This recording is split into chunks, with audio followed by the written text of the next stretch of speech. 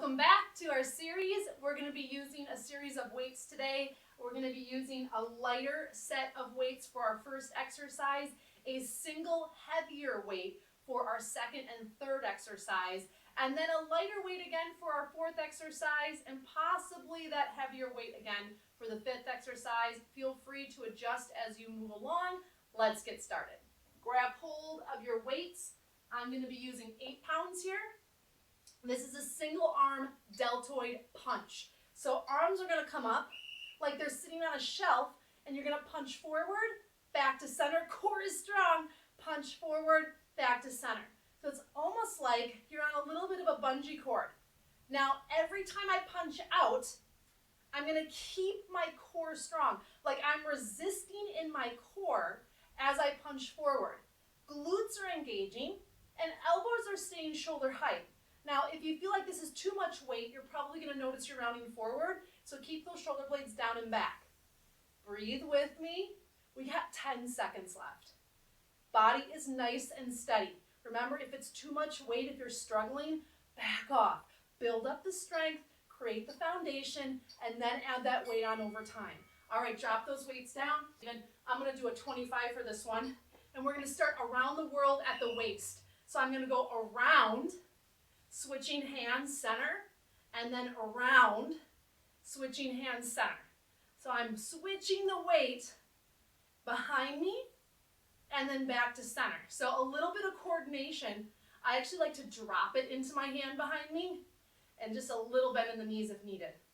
So my obliques, my waist is super strong. My glutes are super strong. This works really well with a kettlebell.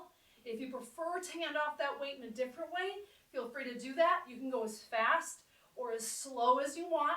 This is a core focused exercise. I always think this is also a good grip strength exercise as well. There we go, nice job. I'm gonna lighten my weight here. I have a 15 pound, but feel free 5, 8, 10, whatever it is you have. We're gonna do the same thing around the world, but do the head and shoulders. Now I like to hold the weight like this, and we're gonna circle to what would be your right, come behind the head, and then back down to the chest again. Then reverse it. Behind the head, back down to the chest again. It's going to look like this from behind. Get low, and then reverse.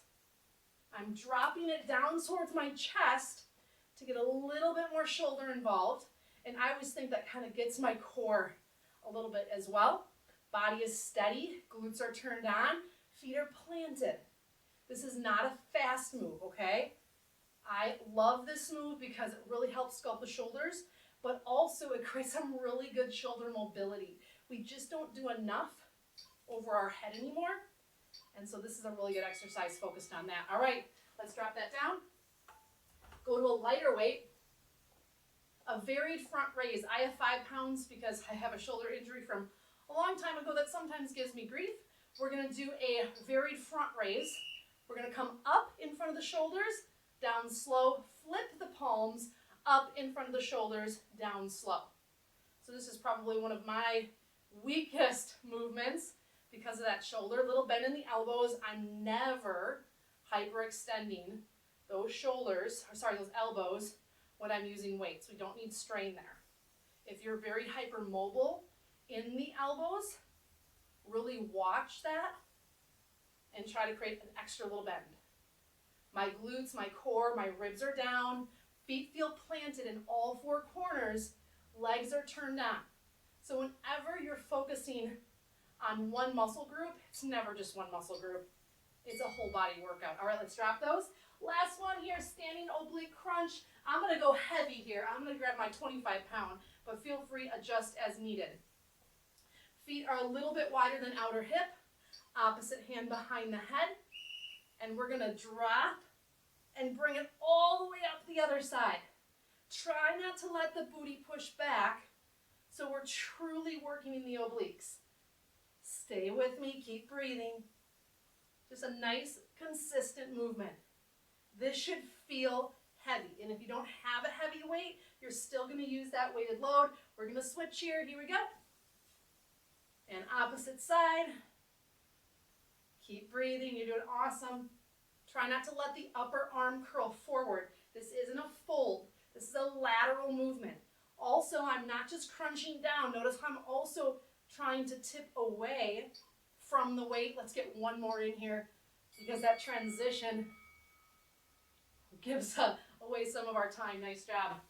Remember, it's about the little things, the small, simple changes that lead to the big results in your life so that you, my friend, can feel good again. I'll see you next time.